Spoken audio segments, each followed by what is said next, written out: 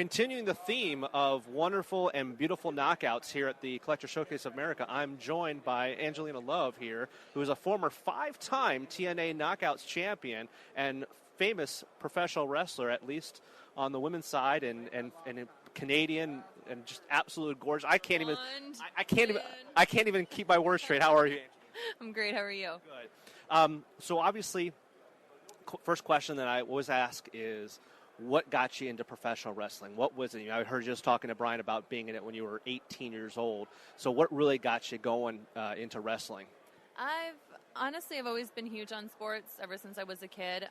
But the first time I ever saw wrestling, I was 7 years old. And for some reason, that just struck me as like the coolest thing I've ever seen. And I just grew into it as I grew up. And I wanted to be a million things growing up, but I never grew to wanting to be a professional wrestler for whatever reason.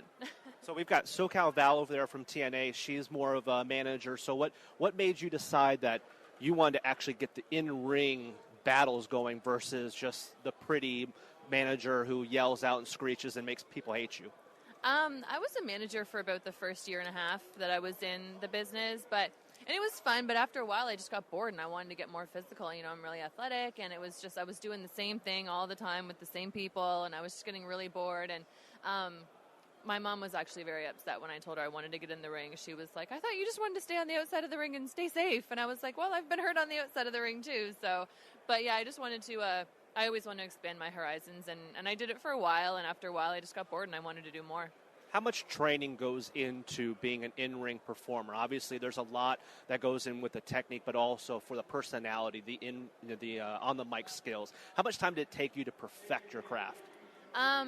Well, you would never know by how, like, what you've seen me do on TV, but I used to be petrified of talking in public or in front of big groups of people. I really struggled with that in grade school and high school and college, but, you know, wrestling, like, just made me break out of my shell. You don't have a choice, and a lot of times when you don't have a choice, that's when you progress forward. And, I trained a lot, and I quit after the first 3 weeks of wrestling training because I was killing myself. I was so hurt, so bad, I could barely walk, and I was like, maybe I'm just not cut out for this. But I took a couple weeks off and got back to it and started getting, like, the hang of things, and then, frustration went away, and you just kind of go from there. When you look back at your career, was it easier to be loved or easier to be hated?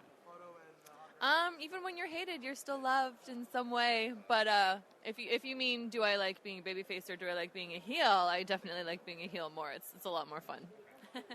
Worst injury you've had in your career? Oh, geez. I don't even know what I could pick as the worst. I have a reconstructed left knee.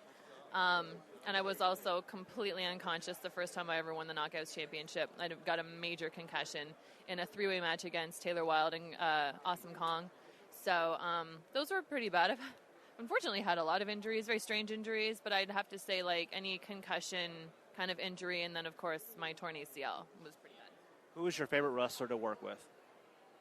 I'm really not good at the favorites game because I always have more than one. But, always loved working Taylor Wilde, always loved working Awesome Kong, Roxy. They were just always really fun. And Velvet Sky, of course, but I prefer us working together than against each other. I think everybody feels that way, too. Anybody that you are happy to never see again? Can I plead the fifth? Yes, you can. I plead the fifth. Now, you said you're a sports fan. You're from Canada, Toronto, Canada, if I remember correctly. I'm going to guess big hockey fan or maybe other sports. Huge hockey fan. Hockey and baseball and football and wrestling have always been my life. So let's go favorite football team. Oh, see, that's the only one I don't have a favorite football team. I don't even watch the CFL, to be quite honest. I don't get it. I live in Florida anyway. But NFL, I don't really have a favorite team, but I like the Pats and the Giants. Hockey, obviously Leafs, but I also like the Penguins and the Blackhawks. And baseball, Jays, obviously. Any favorite players, especially ones that maybe you would love to meet one day? Oh, I'd love to meet Sidney Crosby.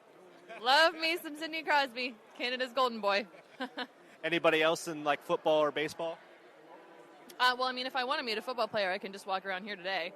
I've met a few baseball players, and I actually just met JP Arancibia, who's the catcher for the Jays. I met him at the mall when they were doing spring training in Dunedin like a month ago. So he was cool. Is there anybody that you've seen that's coming this weekend that you're like, I've got to at least shake hands with? I do want to meet Kareem Abdul-Jabbar. That'd be pretty cool. I know he's here. I saw him earlier, but wasn't able to go up to him. But I'm only here today, so whomever is here today, if I get a chance to walk around, we'll see. Last question. Is there any ties to the Washington, D.C. area? I mean, obviously you just said you're just here today, but do you have any family, friends, people that you see and that you can see when you come to the area? No, I sure don't. But, yeah, I was just in late last night, and I'm out as soon as I'm done today. So, anything you want to promote? My Twitter is @actualAlove, and got lots coming up, but y'all just have to wait and see. Angelina, thank you for joining us.